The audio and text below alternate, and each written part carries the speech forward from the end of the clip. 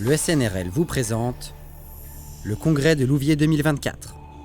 La radio, le média des nouvelles frontières.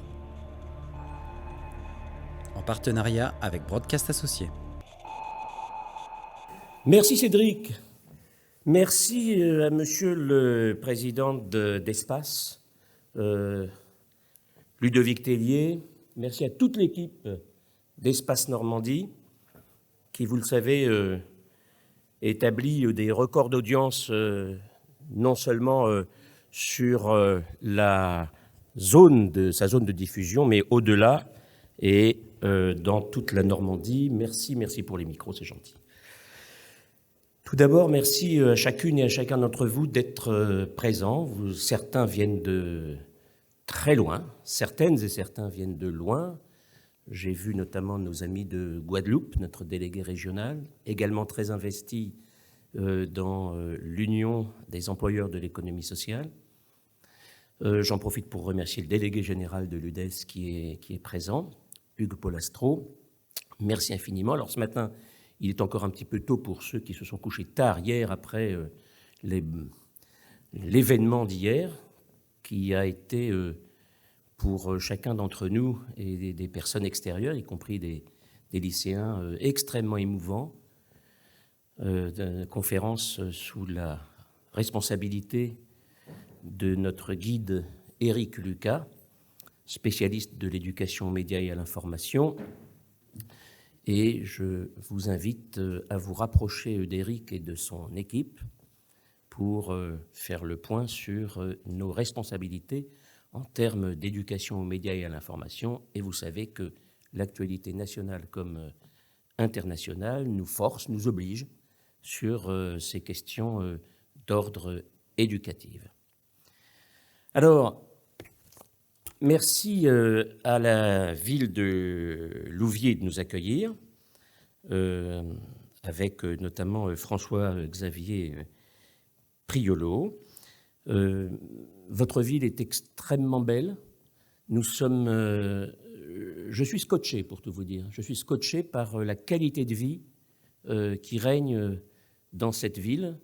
Et j'allais dire le leadership qu'elle peut prendre avec d'autres dans la région sur cette qualité de vie et sur son attractivité, notamment son attractivité économique. Merci à l'agglo Seine-Eure avec Bernard Leroy.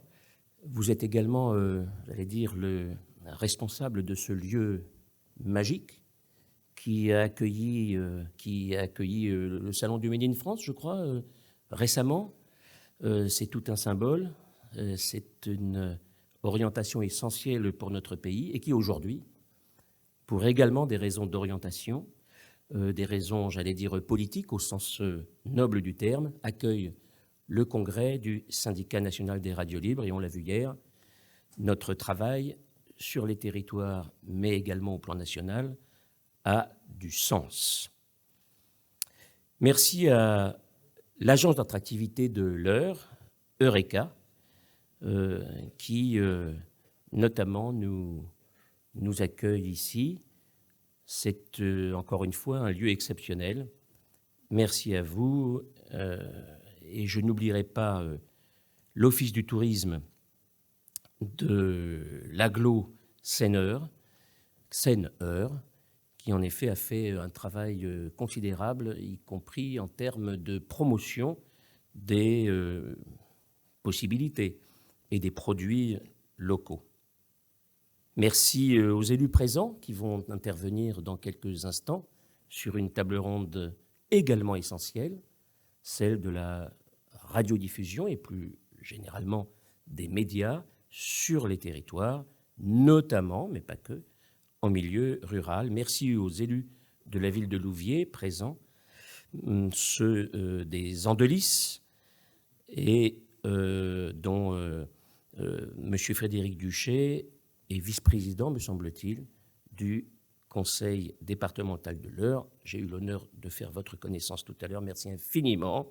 Et je pense qu'on peut applaudir ces élus engagés à nos côtés, et nous sommes engagés à vos côtés, et je sais que les radios locales sont engagées à vos côtés pour réaliser la bonne information, et surtout, on va le voir tout au long de la journée, ce qu'on appelle notre mission de communication sociale de proximité. Merci à vous, on peut les applaudir.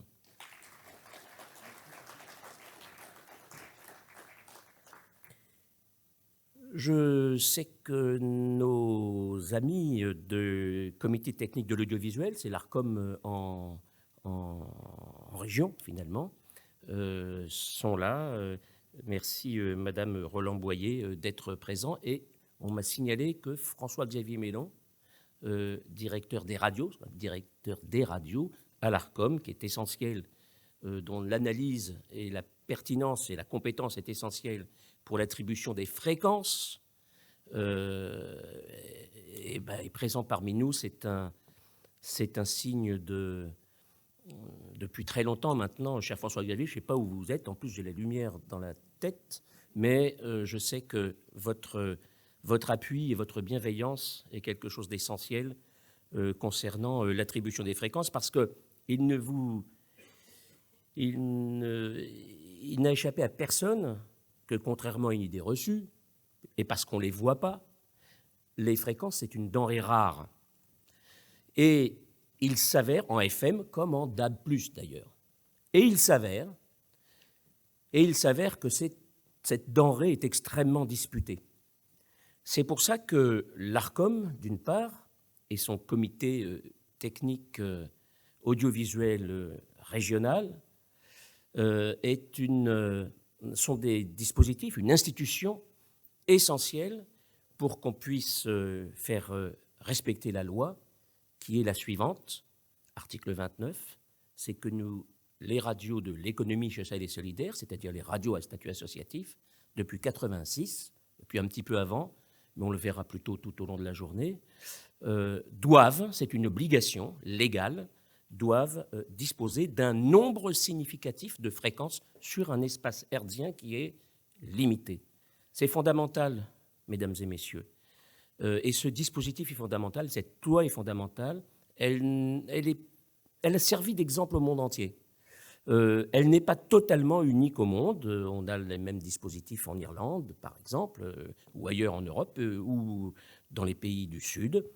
Mais en revanche, par exemple en Italie, dans les années 80, les radios locales qui ont éclos, avant les nôtres d'ailleurs, avant 1980, ont éclos dans un environnement législatif et réglementaire qui finalement ne permettait pas aux radios associatives italiennes d'avoir une part significative de fréquences. Bilan, elles ont toutes disparu, pratiquement toutes disparues, alors qu'elles étaient 2000 en Italie au début des années 80, comme chez nous, au début des années 80, nous étions 1200, 1400 radios associatives sur les territoires. Mais nous nous sommes professionnalisés, rassemblés, et aujourd'hui nous sommes 770 sur l'ensemble du territoire de la République, donc y compris les collectivités d'outre-mer et y compris les zones rurales. C'est unique au monde. Et avec article 80 de la loi, voté unanimement par le législateur, regardez votre livret, prenez connaissance du livret du Congrès, notre législateur a clairement souhaité, dans son article 80, qu'il y ait une dotation publique réglementaire pour ces radios de l'économie sociale qui font œuvre de, article 29, communication sociale de proximité. Attribution de la ressource, mission, financement, nous sommes des services au public sur les territoires et c'est le rôle que jouent, vous le savez, nos amis d'Espace. J'en terminerai là parce que c'est maintenant qu'on va parler de ça en détail. Je rajouterai une chose, si vous le permettez, mesdames et messieurs. Je rajouterai une chose, c'est que dans le cadre du budget qui a été élaboré dans les conditions que vous connaissez, c'est-à-dire des conditions précaires finalement, pour l'ensemble des partis, je ne jette la pierre à personne, eh bien la ligne budgétaire, les la ligne budgétaire globale du ministère de la Culture a été préservée, sauf une sur les 300, celle du Fonds de soutien à l'expression radiophonique, qui s'est fait amputer de manière autoritaire par Bercy, semble-t-il. Nous sommes en train de faire une enquête, parce que nous sommes également des journalistes, mais il semble que ce soit Bercy, qui a été amputé de 35% de sa dotation. Et grâce aux organisations professionnelles des radios associatives, la Confédération nationale des radios associatives, nos amis de la CNRA, et également l'ensemble des équipes du syndicat national des radios libres, nous avons pu convaincre, ensemble, la ministre de la Culture, Rachida Dati, à l'aide de très, très nombreux élus de l'ensemble de l'arc politique, de revenir et de convaincre Michel Barnier de revenir sur la décision mortifère, vraiment mortifère, hein, c'était des centaines d'emplois qui étaient menacés et des dizaines de radios. Nous avons réussi à convaincre Rachida Dati de revenir et de proposer un budget rééquilibré, réformé et de rétablir l'ensemble des financements équivalents à ceux de l'année dernière. On espère même, mais on est en train d'y travailler avec le cabinet de la ministre, légèrement revalorisé. C'est un espoir et c'est grâce à vous, mesdames et messieurs, grâce à votre présence, grâce à votre soutien, que nous rétablirons un budget du Fonds de soutien à l'expression radiophonique à la hauteur de nos ambitions et des ambitions des territoires. Merci infiniment. Merci Emmanuel, merci Monsieur le Président. On va en effet commencer par la première table ronde. On est ravis, on va parler de la ruralité. Et pour parler de la ruralité, je ne suis pas tout seul. J'ai Aurélie Trévisan de CFM Radio, de Lot-et-Garonne. Voilà, elle a la partie... tu es applaudi Aurélie, tu vois la différence? Quand on vient de loin, on est applaudi. Quand on est normand, mais que l'on a l'habitude de nous voir, bon après... C'est une question de soleil. Et peut-être de beauté aussi. Nous avons 45 minutes, on va faire un peu plus court que prévu pour respecter le timing. Moi, je vais inviter tous nos invités à venir nous rejoindre, bien sûr. Monsieur Éric Picard, monsieur Christophe Canteloup, madame Jannick Léger, Orlane Joregui, monsieur Frédéric Duché aussi. Je pense que j'ai appelé tout le monde. Je vais venir, voilà, venez nous rejoindre. Vous avez bien installé ici dans le fauteuil. Vous avez les micros qui vous attendent. Christophe Canteloup va nous rejoindre un peu plus tard, sans aucun problème. Bonjour, installez-vous. Alors, Aurélie, ils t'ont applaudi. Moi, la seule petite différence, c'est que je les connais très très bien. Voilà. Trop peut-être avec Frédéric Duché. C'est pas impossible. Orlane, je suis ravi d'être à côté de toi. Je te laisse la parole parce qu'on a une petite vidéo de présentation. Voilà, pour parler de la question de la ruralité, on a trouvé intéressant d'interroger Émilie Agneau, qui est cofondatrice du think tank, alors le laboratoire d'idées, le sens du service public. Elle travaille notamment sur la ruralité. Elle n'a malheureusement pas pu être avec nous, mais elle a tenu à participer à cette table ronde à sa façon, en faisant une vidéo donc, que nous allons retrouver tout de suite, dans laquelle elle va nous présenter ce think tank, mais également la question de la ruralité, de rôle que les radios peuvent jouer et également la place de la femme dans la ruralité. Tout de suite, nous retrouvons sa vidéo. Bien, merci tout d'abord de nous permettre de nous exprimer dans le cadre de cet événement. Donc, notre think tank, qui est donc un laboratoire d'idées, si on veut parler en français, a été créé en 2021, juste avant le début de la campagne présidentielle de 2022, par un collectif de fonctionnaires issus de toutes les fonctions publiques, parce que nous souhaitions essayer d'enrichir le débat public autour des services publics et nous éviter, si possible, les discussions un peu trop faciles et simplificatrices autour du nombre de fonctionnaires que l'on avait déjà trop connus par le passé. Et pour essayer de structurer un peu le débat public sur ces questions-là, nous avons proposé 3 axes de réflexion et de proposition. D'abord, un axe sur l'égalité d'accès à toutes et tous sur l'ensemble du territoire aux services publics. Ça, c'est notre premier axe. Le deuxième axe, c'est l'exemplarité des administrations dans la transformation écologique de nos sociétés.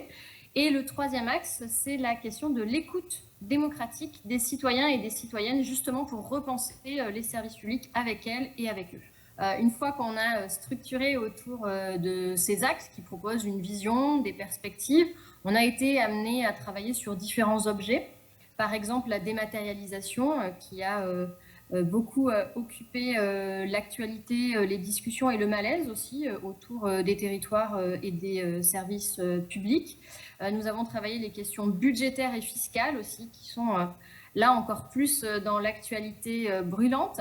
Nous avons aussi travaillé sur la question des services publics en milieu rural et donc la question de la place des services publics dans les territoires, ou encore plus récemment sur l'offensive de l'extrême droite sur les services publics et leur progression dans les populations d'agents publics qui jusqu'à présent étaient moins perméables au vote d'extrême droite.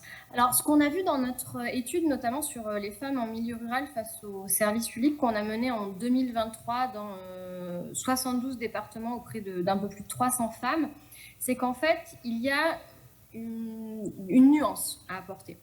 On voit que globalement, dans notre étude, 70% des répondantes nous ont dit qu'elles avaient un sentiment de dégradation des services publics sur leur territoire. Pour autant, en allant dans le détail, on s'est rendu compte qu'il y avait en fait deux formes de jugement. D'un côté, un jugement assez sévère vis-à-vis des services publics de l'État, notamment les guichets de l'État qui ont eu tendance à se retirer des territoires, et ça a été bien évidemment accentué par la crise du Covid.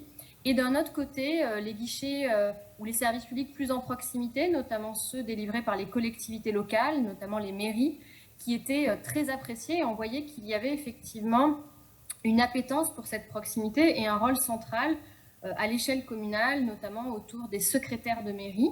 Mais on a vu aussi, par exemple, que la gendarmerie était un service public qui offrait satisfaction, même si les répondantes regrettaient qu'il n'y ait pas suffisamment de forces de gendarmerie sur les territoires. Donc, bien évidemment, la question de la proximité, elle est importante pour favoriser l'accès aux services publics. Mais ce qu'on a vu aussi, c'est que la proximité géographique, elle ne suffit pas. D'abord parce qu'il y a d'autres barrières d'accès aux services publics, des contraintes liées par exemple au handicap, à l'accessibilité des locaux, des contraintes liées à des horaires de services publics qui ne sont pas forcément adaptés au mode de vie des populations et de celles et ceux qui fréquentent les services publics. Et puis, on voit aussi que la proximité n'est pas toujours gage de qualité, parce que parfois, il faut des économies d'échelle, il faut être en capacité de recruter, il faut être en capacité d'offrir des bonnes conditions d'accueil, d'avoir l'expertise, d'avoir les moyens pour répondre aux besoins. Et donc, la proximité est une des dimensions d'accès aux services publics, mais elle n'est pas l'unique dimension pour garantir la satisfaction. Ce qu'on voit déjà d'une manière générale au sein de la société française et dans les médias français en général, c'est qu'il y a des formes d'invisibilisation de certains territoires et de certaines populations. Les territoires ruraux en font partie et les femmes, elles aussi, en font partie. Et donc, quand on est une femme vivant en milieu rural, on subit finalement une double forme d'invisibilisation, même s'il peut y en avoir d'autres, notamment liées à des critères sociaux.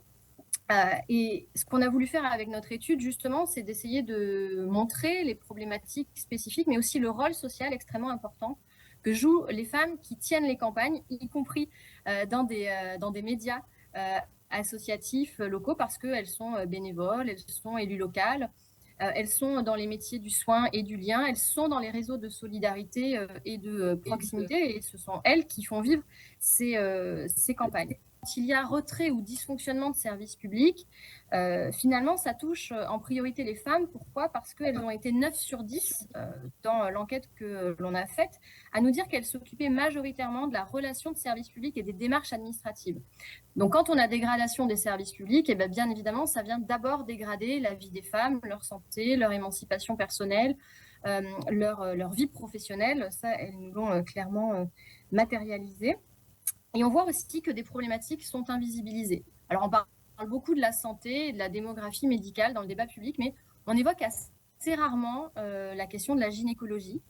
Et pourtant, c'est les femmes qui sont concernées au premier chef. On évoque rarement l'accès aux droits sexuels et reproductifs, et notamment le fait qu'on a moins accès à des structures de ce type dans les campagnes. On parle moins aussi des pédiatres, alors que ce sont majoritairement les femmes qui s'occupent de l'accès aux soins pour leurs enfants.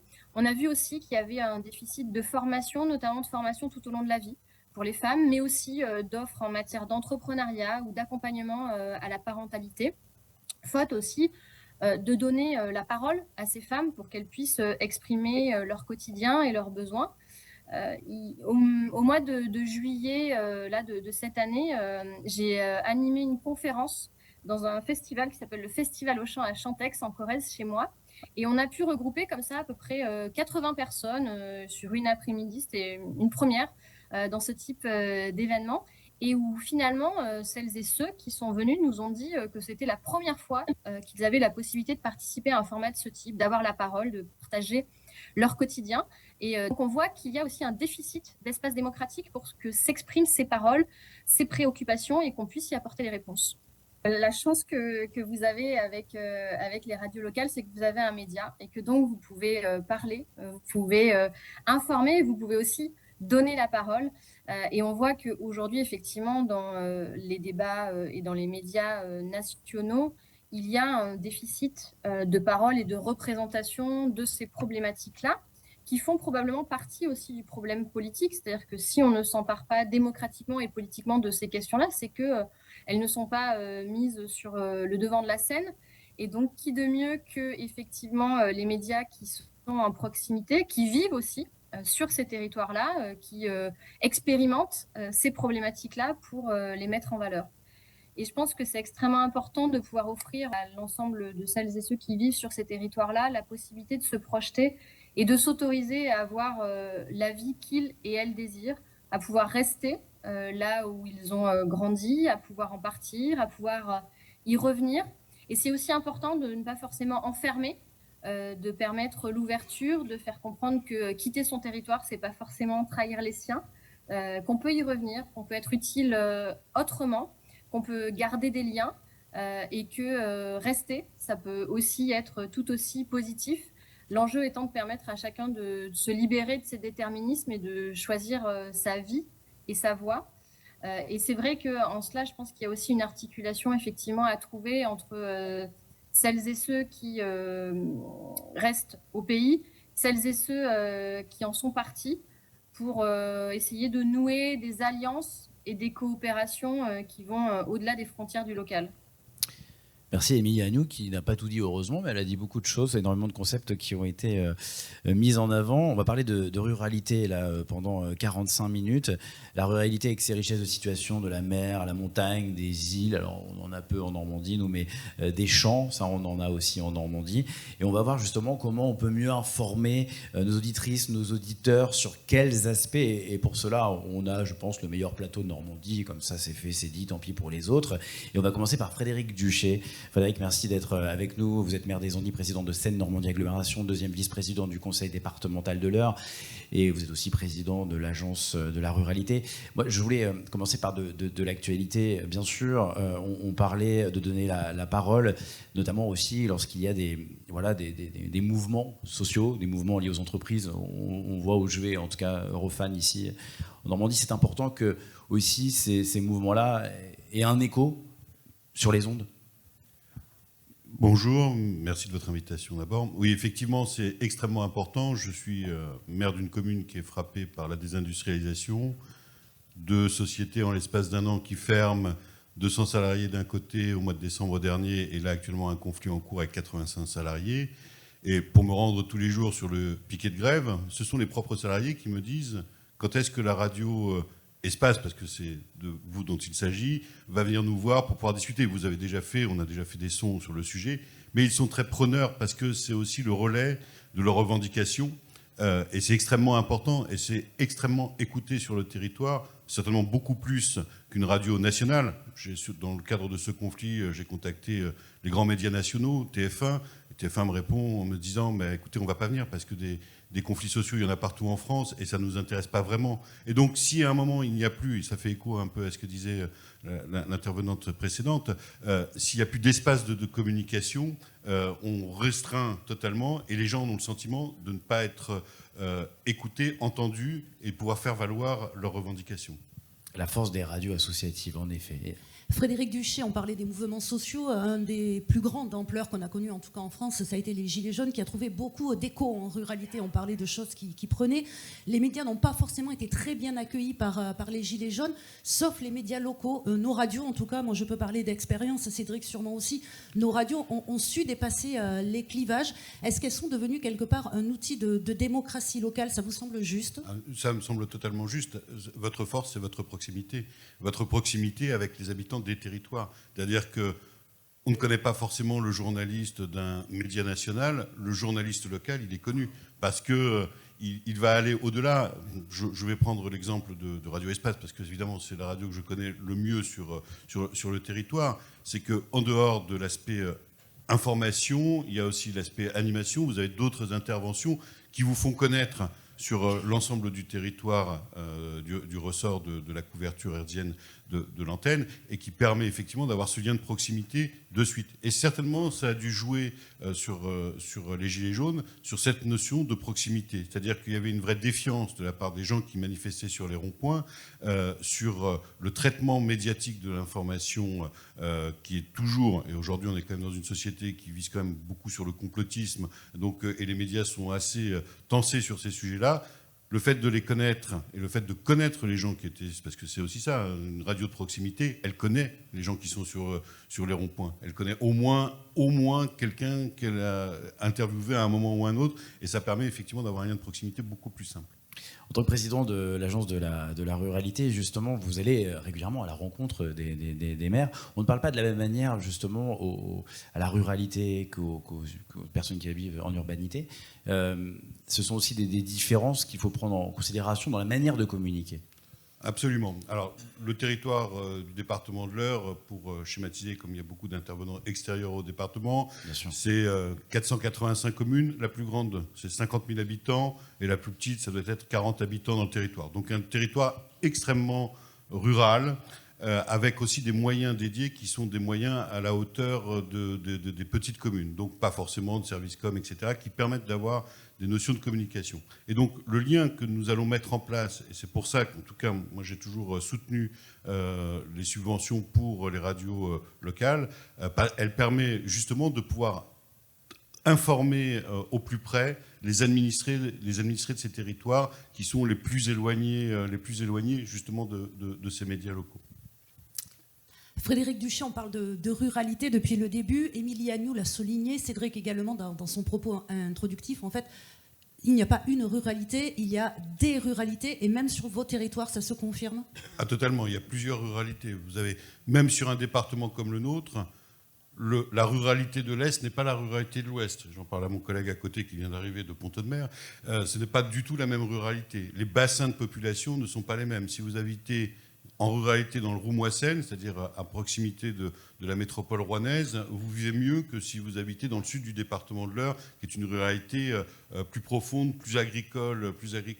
Et donc on a plusieurs ruralités, et c'est assez multifacette, et ça veut dire que le traitement doit être fait vraiment en sur-mesure et pas en prêt-à-porter. Vous ne pouvez pas avoir la même dimension, et là je parle en tant que politique, d'intervention dans une commune rurale du sud du département qu'une commune qui va connaître une croissance démographique plus importante parce qu'elle est plutôt proche d'une métropole, et donc il y a des effets de bord induits.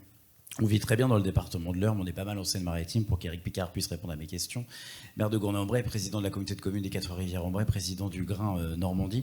Éric, avec toi, je voulais évoquer au niveau de la communauté de communes, justement, quelles sont les compétences qui concernent le monde rural, dont les radios peuvent être échos. Il y a des défis à relever, j'imagine, un peu plus précisément. Bonjour à toutes et tous. Je vais rebondir sur ce que Frédéric vient de dire à l'instant. En matière économique, c'est une des compétences essentielles. Lorsqu'on a les conflits sociaux qui ont été évoqués, on a vu par le témoignage de Frédéric le relais essentiel, mais aussi pour les actions positives. Lorsque nous avons des événements économiques de portée territoriale, mais qui ont vocation à avoir un écho au-delà de nos frontières intercommunales, il est essentiel que nous puissions nous appuyer sur un média qui puisse faire le relais, porté par les ondes, plus loin encore. Et là, c'est essentiel que le partenariat soit le plus étroit possible. Frédéric Duché, j'aimerais juste revenir vers vous en tant que deuxième vice-président du conseil départemental de l'Eure. Alors, je ne connais pas très bien la géographie normande, je m'en excuse. Ah bah oui, tu peux Donc, je vais t'excuser. parler d'événements lot-et-garonnais, mais en 2009, on a connu la tempête Klaus qui avait tout abattu. Dans ces moments-là qui sont très, très durs pour les gens qui vivent, la radio reste souvent le seul relais d'information parce qu'on peut avoir un poste avec des piles, on peut écouter. Nous, on est en action derrière nos micros pour être au plus près, pour informer à la minute près. Est-ce qu'il n'y aurait pas des choses à mettre en place entre les radios, par exemple, et les services départementaux d'incendie et de secours, les SDIS ? Alors, certainement qu'il y a des choses à mettre en place. Il faut mettre, même au niveau communal, avec les plans communaux de secours, dont nous avons la charge, nous sommes obligés de réfléchir à la façon de communiquer avec nos populations en cas de situation de crise. Et effectivement, aujourd'hui, ce n'est pas encore institutionnalisé. Je pense qu'il faut qu'on travaille sur ces sujets-là, d'arriver à mettre dans des process de décision et des process d'action. On l'a vu et on voit ce qui se passe en Espagne aujourd'hui et la façon dont ils ont absolument mal géré la situation de crise dans la communication. Et la communication est un élément extrêmement important dans la situation de crise, ne serait-ce que pour rassurer les populations, les informer des risques encourus. Alors nous, on a eu quelques épisodes de débordement de la Seine, on a eu des épisodes sur d'autres... Je me souviens d'être intervenu il y a quelques années sur le sud du département pour une crue torrentielle dont on ne pouvait pas présager qu'elle puisse arriver, avec des gens qui sont restés une nuit sur leur table pour que ça passe. Et là aussi, on a bien vu la difficulté à pouvoir communiquer.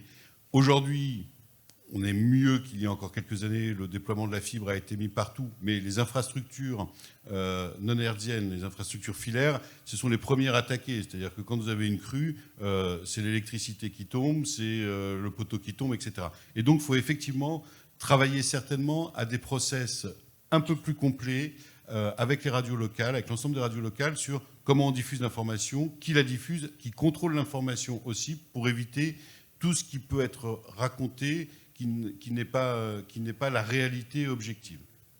Avant de revenir à Gournay-en-Bray, parce qu'on y est bien, on va parler des services publics avec toi, Eric. On va donner un petit micro dans la salle, si tu veux bien, Aurélie. Nicolas Rousseau, c'est le jeune homme là-bas, enfin jeune, je sais pas, mais en tout cas, il est là.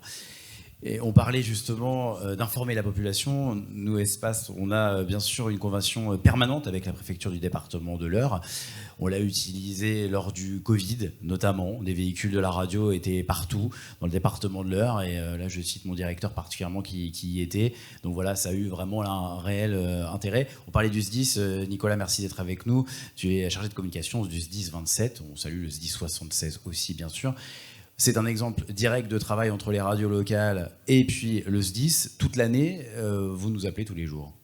Oui, bonjour à tous. Effectivement, on a un travail qui est quotidien avec les différentes radios et les différents médias, et particulièrement Radio Espace. Pour en revenir sur le sujet des crues, et effectivement, comme disait M. Duché, c'est un domaine sur lequel il faut qu'on travaille tous. Et comme le disait Cédric, c'est sous l'autorité du préfet. Les communications de crise. Nous, les services départementaux, on est là en appui, mais tout ce qui est événement d'envergure, c'est la préfecture qui prend la main et qui le fait en faisant passer des messages de prévention, en appelant Cédric à n'importe quelle heure, pour que les messages soient relayés de manière intensive. Exactement, voilà, c'est une des preuves en fait de ce que l'on disait, c'est le travail entre les radios locales et le SDIS notamment, alors qui passe aussi par d'autres actions comme des chroniques. Régulièrement, les pompiers parlent. Oui, on aime bien parler.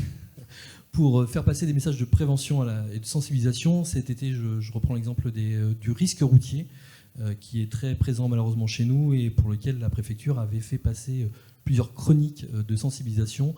On va arriver dans la période où il va commencer à faire un petit peu plus frais, même dans l'heure, où on va faire toutes les chroniques liées au risque incendie et au risque intoxication monoxyde de carbone. Et ça, c'est des chroniques qui sont très attendues par tous parce qu'elles sont diffusées le matin et permettent à tout le monde, en allant au travail, d'entendre ça et d'être sensibilisé. Bien sûr, c'est une réalité là, du département de l'Eure, mais j'imagine que c'est aussi un peu partout en France. C'est un des exemples. Eric, je reviens vers toi, si tu le veux bien. On va parler du service public en ruralité et puis aussi des jeunes, et puis aussi parfois des difficultés sociales. On se rend compte à Gournay-en-Bray, mais il y a d'autres villes qui se ressemblent bien sûr un peu partout en France, que là, la radio locale, elle a un réel intérêt. C'est une des villes où on sent vraiment que, et on le disait tout à l'heure, l'animateur, l'animatrice est reconnu et attendu. Quand on est arrivé chez toi, on a senti qu'on en avait besoin. Est-ce que je dis une bêtise ou tu confirmes ? Je confirme. Je pense que le besoin était là, mais il n'y avait pas la satisfaction puisqu'il n'y avait pas eu de démarche. Et ce qu'il faut saluer, c'est la démarche aussi de la radio Espace qui est venue susciter l'intérêt du territoire à venir s'implanter, à venir partager et produire. Enfin, et ce lien social qui est au rendez-vous, c'est aussi le lien de la reconnaissance qu'évoquait Frédéric tout à l'heure. Enfin, on est sur ces sujets-là. La proximité d'une radio libre et d'une radio locale, c'est justement d'être à l'écoute de la population vers laquelle elle communique, d'être aussi un outil de communication de cette population. Et l'interaction entre la radio et les associations locales, les individus, est absolument essentielle. Comment est-ce qu'on tisse ce lien-là ? On le tisse au quotidien. Il n'y a pas de secret, il n'y a pas de baguette magique. Il faut être présent sur le terrain. Éric Picard, vous êtes également président du groupement régional des associations d'insertion de Normandie. Émilie Agnew, dans son propos, exprimait l'idée que peut-être la ruralité actuellement diminue l'égalité des chances. C'est quelque chose que vous voyez. Et comment est-ce qu'avec les radios, on peut créer avec les structures existantes, comment est-ce qu'on peut créer une synergie, puisque finalement les associations d'insertion, les radios locales, surtout en ruralité, on a le même ADN. Ça va être de développer l'esprit critique, ça va être de développer son émancipation. La ruralité, à l'heure actuelle, peut être un frein, cette égalité des chances, et comment est-ce qu'on peut travailler ? Alors, je dirais que la ruralité, elle est à double face. Elle peut être un frein, comme vous l'évoquiez, mais elle peut aussi être un formidable tremplin. Parce que justement, la ressource qui se développe de façon presque intuitive et instinctive, elle relève de l'économie sociale et solidaire. Et c'est le champ sur lequel les radios libres viennent partager avec le champ immense des associations qui interviennent dans le domaine de l'économie sociale et solidaire, dans le développement durable humain. C'est justement de combler les difficultés, éviter les carences, remplir des rôles qui ne sont pas assumés aujourd'hui par le spectre du service public très large, quel que soit le porteur de ce service public. Et c'est là que la vivacité de la ruralité se démontre. C'est la vivacité associative, c'est la vivacité aussi de l'intelligence locale, du bon sens, sans plagier des slogans quelconques, du bon sens près de chez soi. Et on a justement la preuve évidente que la ruralité, ça peut être une force. Mais que de temps en temps, dans les sphères parisiennes, cette force-là, on ne la voit plus dans les radars. Et je voudrais aujourd'hui vous dire très clairement combien on peut aujourd'hui s'appuyer sur cette ruralité pour porter des projets qui sortent des sentiers battus, qui parfois sont de nature expérimentale, et que l'État ferait bien de regarder de près au microscope, parce qu'ils peuvent être transposés. Le message est passé, Eric. Merci beaucoup. On continue à voyager. On va à Pont-Audemer. Christophe Canteloup est ici. Alors Christophe, un propos un peu différent, on a évoqué avant ensemble. Il y a aussi les histoires entre les radios et les villes, et on a de belles histoires avec toutes vos communautés. Mais alors, la nôtre, elle est particulière. Je te laisse un peu l'expliquer, parce que c'est un exemple aussi de belles choses, et puis d'allier cela avec le sport, parce que le sport est très présent chez toi. Oui, bonjour à toutes et à tous. Oui, c'est une histoire depuis une dizaine d'années. Sincèrement, au début, on ne savait même pas que Radio Espace était dans notre ville, vraiment. Donc il y avait un problème de com', parce qu'on est dans une vallée, et les radios qui existaient, elles étaient un peu plus loin que chez nous. Et je ne sais pas, c'est avec Ludovic notamment qu'on a eu une relation, et on ne comprenait pas pourquoi à un moment on n'était pas rentrés en contact les uns et les autres. Peut-être que la fréquence à l'époque n'était pas complètement claire sur notre zone, elle y est devenue heureusement, mais en fait ça s'est construit comme ça, et on s'est dit, nous ville, mais c'est un moyen extraordinaire pour pouvoir aller très vite, comme tu le disais, au plus près des habitants et avec les différences de chaque habitant ou des associations. Et donc on est rentré en contact comme ça, et il y a eu un événement en particulier où justement il y a une presse qui avait fait une première de couverture sur leur journal en dénigrant la jeunesse actuelle, avec une photo de seringue, enfin bon, c'était pas terrible. Et on a réagi très vite en créant un événement 3 mois après qui s'appelait La jeunesse a du talent et dont Cédric et Radio Espace étaient le communicant numéro 1 de l'événement, mais aussi de l'avant-événement et de l'après-événement. Et depuis, ça dure.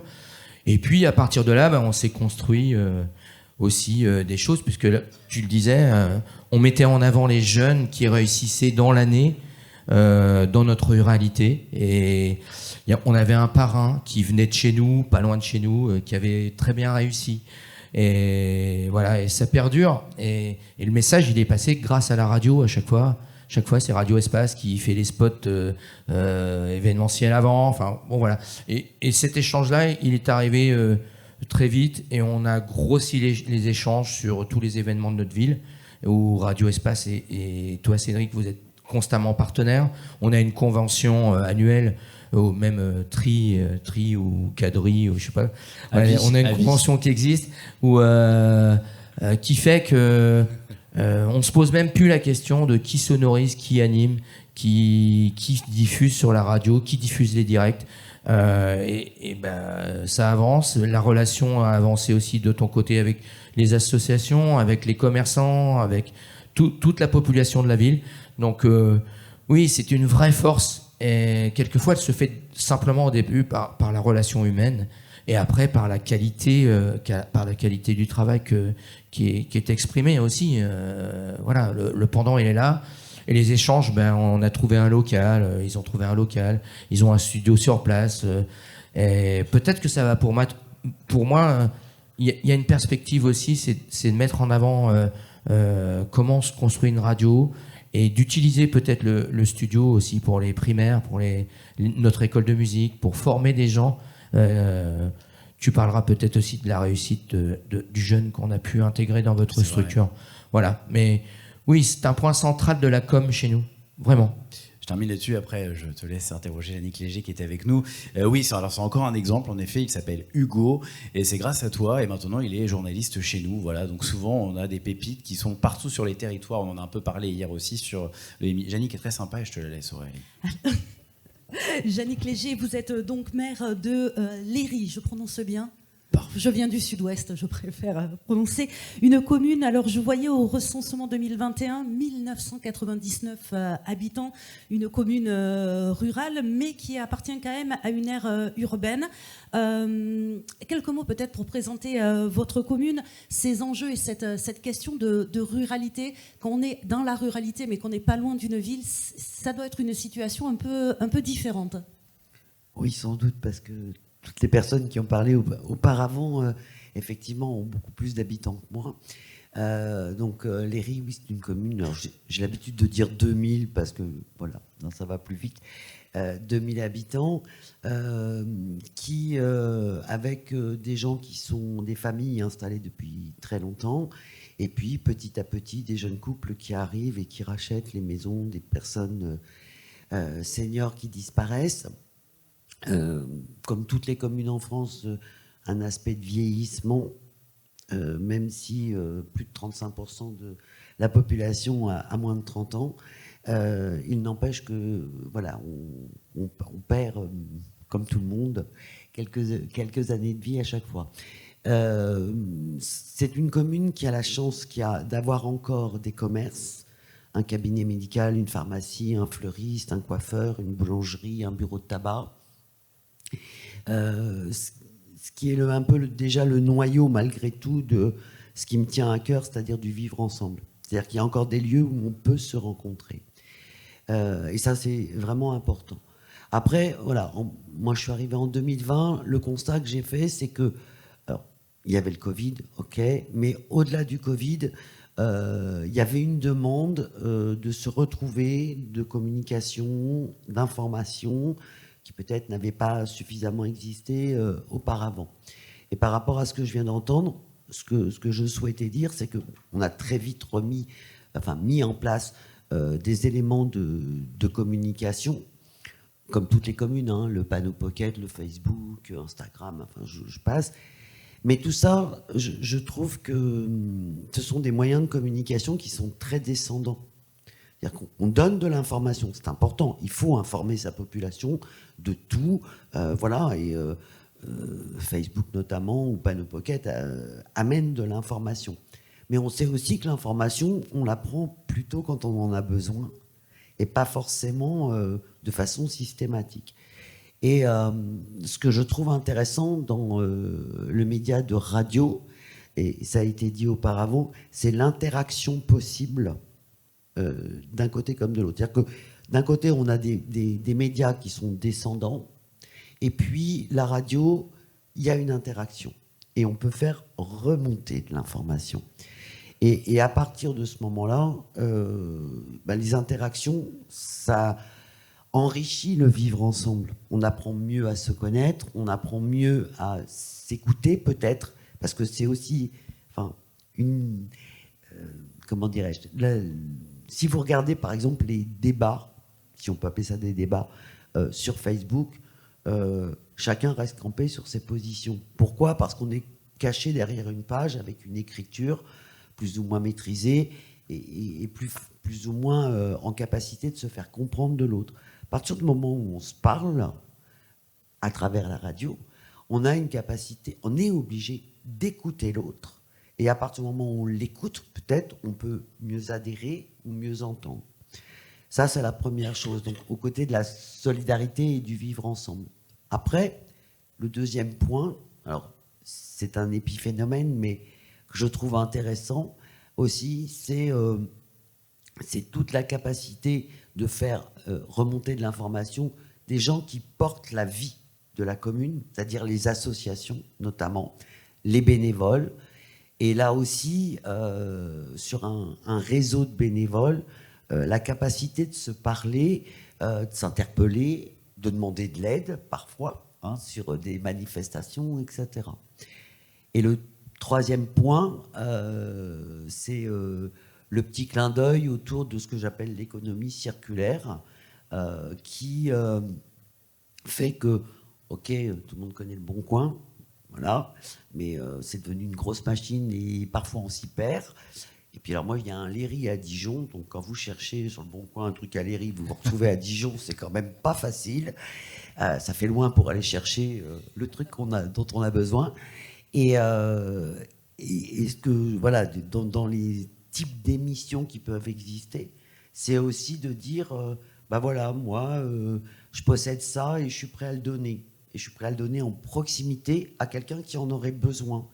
Ou je vends une chose, pas chère évidemment, et je rends service au voisin qui en a peut-être besoin.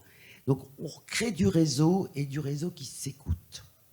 Yannick Léger, mais je crois que nos intervenants pourront peut-être répondre à la question s'ils le souhaitent. Dans votre propos, vous définissez donc la radio locale de proximité comme un vecteur de lien social fort maintenant. Tout à fait. Oui, ça, j'en suis vraiment persuadé. Vous savez, il y a des rendez-vous comme ça qu'on peut avoir. Et il y en a un qui est sympa, c'est celui de la météo, par exemple. Bien sûr. Le rendez-vous de la météo à la radio, c'est simplement de savoir le matin quand on se lève, comment on s'habille, comment on habille les enfants et à quoi il faut s'attendre dans la journée. C'est plutôt agréable. Et ce sont des rendez-vous comme ça qui peuvent être donnés. Alors chacun prendra le rendez-vous dont il a besoin. Voilà. Et puis la deuxième chose, c'est aussi l'information locale. Je fais partie des gens qui se réveillent avec France Inter. Voilà, j'ai la vision du monde général. En général, c'est un peu déprimant, je vous l'avoue. Et puis, de repasser sur une radio locale pour juste savoir ce qui se passe à côté de chez nous.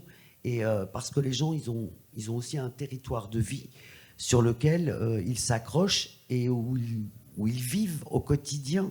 Et ils ont aussi besoin, au-delà des grandes informations nationales, de savoir ce qui se passe tout autour de chez eux. On est bien d'accord. Avant de te donner la parole, Orlane, on va donner la parole à Mireille Namani, secrétaire générale de la commission du FSER, qui est normalement dans la salle. Est-ce que je vois quelqu'un ? Oui, ah oui. Venez avec nous, venez avec nous. On va vous poser une petite question et puis après il y aura un propos de conclusion. On va rester dans le timing et on va parler notamment, bien sûr, d'Eureka. Et puis, je crois qu'Orlane a plein de choses à nous dire sur la ruralité. Et puis, quelque chose que je connais de punchy qui va faire une belle transition avec la prochaine table ronde.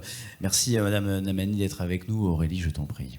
Alors Muriel Namani, vous êtes secrétaire générale de la commission du FSER. En 2024, le ministère de la Culture a lancé le Printemps de la ruralité. Alors, c'est une initiative dont est né le plan Culture et Ruralité. On vous a invité aujourd'hui pour présenter aux radios ce plan Culture et Ruralité et surtout, quel apport pour les radios ? Oui, bonjour à tous. Effectivement, c'était une volonté de la ministre Rachida Dati qui a longtemps voulu travailler sur la ruralité, qui a toujours considéré que la ruralité était un impensé des politiques culturelles jusqu'à présent. De votre implantation sur l'intégralité du territoire, aussi bien en métropole que dans les Outre-mer, les radios associatives étaient évidemment des acteurs évidents pour porter ces politiques de ruralité. Donc on a imaginé un dispositif dans le cadre du plan Culture-Ruralité, qui s'appelle plus Printemps de la ruralité désormais. Donc le plan Culture-Ruralité, pour venir aider un peu plus les radios rurales qui font face à des difficultés spécifiques de couverture d'un territoire un petit peu plus compliqué, qui ont des difficultés aussi à mobiliser parfois les subventions des collectivités locales, qui font quand même ce travail de proximité très, très particulier. Donc on a voulu leur donner un petit coup de pouce. Cette année, le dispositif est en train d'être mis en place, les textes sont en train d'être étudiés, notamment à l'ARCOM.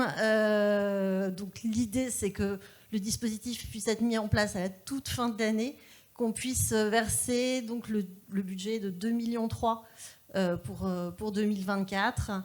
Ça couvrirait à peu près autour de 250-270 radios situées en milieu rural et dans les Outre-mer. C'est important pour nous aussi d'associer les radios ultramarines qui ont ces mêmes problématiques. Donc si vous faites le calcul, on serait sur une aide qui serait entre 8 et 10 000 euros par radio, qui sera associée au montant d'aide à l'exploitation qu'elles reçoivent traditionnellement. Alors peut-être juste une précision, on parlait de ruralité, on disait la ruralité est vaste. Ce seront des zones spécifiques de la ruralité qui seront concernées ? Alors, effectivement, la difficulté, c'était de trouver la bonne définition de la ruralité. Je ne suis pas sûre qu'on ait trouvé la bonne définition de la ruralité, mais il nous fallait bien un critère pour pouvoir vous définir. Donc, en fait, on a pris des critères qui existent, qui sont des critères fiscaux, qui sont les zones France Revitalisation Ruralité et les FRR, c'est ça, qui existent encore. Alors la bonne nouvelle, c'est que depuis le mois de juillet, ces zones sont un peu plus nombreuses qu'elles ne l'étaient auparavant. Donc entre le début où on a imaginé ce dispositif et aujourd'hui, on aura à peu près 50 radios en plus qui pourront en bénéficier. Très bien, en tout cas une bonne nouvelle, 8 à 10 000 euros, je vais vous envoyer mon RIB. Merci beaucoup madame, merci beaucoup. Orlane Jauregui est avec nous, directrice générale d'Eureka, agence d'attractivité de l'Eure, un de nos partenaires. Merci, c'est aussi grâce à toi et ton président que l'on est là. L'Eure qui est position stratégique privilégiée entre l'Île-de-France et le littoral normand, 7,8 millions de nuitées touristiques par an, 745 673 visiteurs dans les sites et lieux de visite.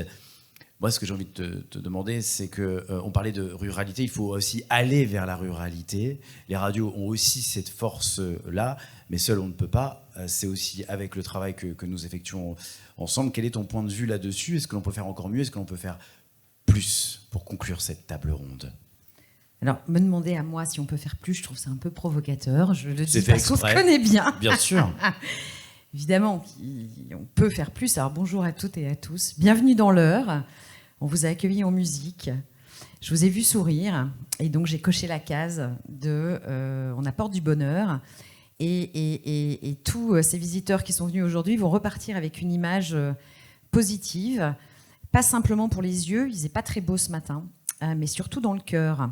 Dans l'émotion que vous avez vécue. Alors oui, on doit faire plus. Moi, je suis une grande fan de la radio parce que j'y ai commencé ma carrière. J'ai commencé à travailler dans la communication par la radio, média émotionnel au possible, et c'est pour ça qu'il faut qu'on fasse plus, je fais le lien. défend le professionnalisme. Moi, je suis directrice de la communication avant tout. Les titres pompeux qui sont sur ce slide, c'est une chose, mais c'est pas forcément un métier. Mon métier, c'est la com. C'est vraiment ma spécialité. J'y ai fait tous les métiers. Et vraiment, s'il y a quelque chose que je peux vous dire aujourd'hui pour porter ce que la voix de l'annonceur, hein, on va se dire ça comme ça. Vous êtes des professionnels des médias. Moi, ma crainte, j'embauche beaucoup de juniors, c'est de voir des réflexes qui se perdent. C'est de voir, vous savez, ce principe du bon sens, que de vérifier, que d'être curieux, que de remettre en question, que d'être critique vis-à-vis de l'information qui passe notamment sur les réseaux sociaux. Je suis aussi une fan de réseaux sociaux, hein, je vis avec mon temps, il n'y a aucun problème, j'utilise l'intelligence artificielle, voilà, pourtant j'ai plus 20 ans depuis quelques années, mais quand même, je reste très branchée. Moi, ça m'inquiète, ça. Ça m'inquiète parce que cette capacité justement à emmener nos jeunes, et c'est pour ça que la culture et la communication au département de l'Eure sont réunis dans la même direction. Moi, je gère de la culture et de la communication. Et ça a du sens. Et le ministère, c'est culture et communication. Ce serait peut-être bien de parler de culture quand on parle de communication, plutôt que de séparer les choses. La communication, apprendre à gérer l'information qui vous arrive sur un téléphone, savoir la critiquer, avoir des repères pour pouvoir justement forger son propre avis et être critique vis-à-vis de cette information, c'est juste sauver une société. Enfin, vraiment. Vous faites partie de ces professionnels. Les médias papier, les journaux vont mal. Nous, on les aide beaucoup. Hein. Mes budgets vont vers l'ensemble des médias parce que la survie de ces médias, c'est la survie du territoire, c'est la survie de sa voix. Quand un territoire s'exprime, vous savez, c'est compliqué hein, quand on est un département, une collectivité, parce que d'emblée, les gens en fait adhèrent pas forcément à ce que vous dites parce que c'est politique. Donc de fait, il y a un côté un peu comme ça. Ah là là, mais ce qu'ils nous disent, est-ce que c'est vrai, est-ce que voilà. Donc on préfère une information neutre. Donc c'est compliqué pour les territoires de communiquer et d'avoir justement une audience. Les seuls qui peuvent nous aider à faire en sorte de faire parler de nous, et donc pour toutes les retombées économiques, sociales, etc., d'attractivité, bref, qui permettent la survie du territoire, elles passent par vous. Mais parce que vous êtes des professionnels, parce qu'aujourd'hui tout le monde fait de la com, hein, tout le monde s'invente, responsable de la com, DIRCOM, tous viennent aux réseaux sociaux. Donc oui, il faut qu'on aille plus loin, mais il faut qu'on y aille à marche forcée, vraiment. Et encore plus maintenant que demain, parce qu'il va falloir vous battre. Les finances des collectivités territoriales vont mal. Ça veut dire qu'il y a des choix qui vont s'opérer. Ça veut dire que dans ces choix, il faut tailler nos arguments.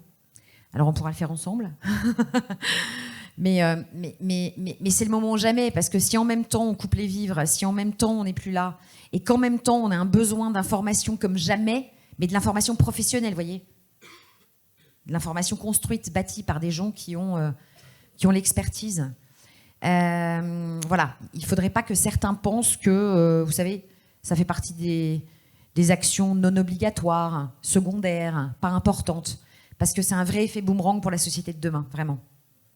Et on lutte aussi contre l'isolement, parce que Eureka, ce sont aussi des petites communes où il y a de magnifiques pépites. La radio associative, elle est là pour ça aussi. Oui, alors nous, on a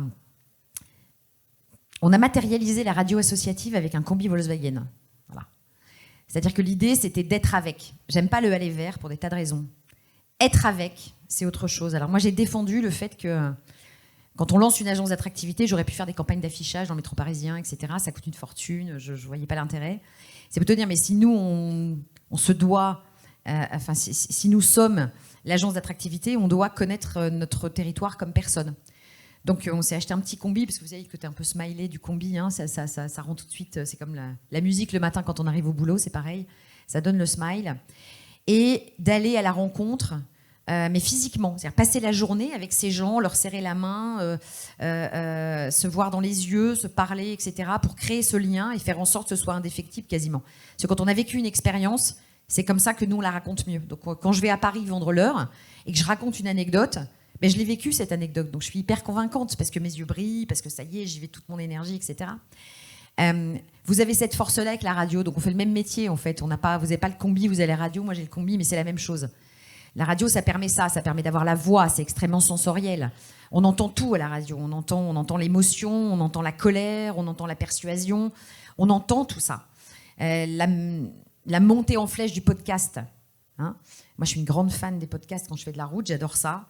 C'est aussi un signe, c'est-à-dire qu'on revient aussi à ça, à cette vérité de la voix, du franc-parler aussi. Et donc oui, c'est maintenant plus que jamais. Parfait, merci beaucoup pour ce propos. On m'indique la concision et c'est mon directeur et j'ai un salaire à récupérer à la fin du mois.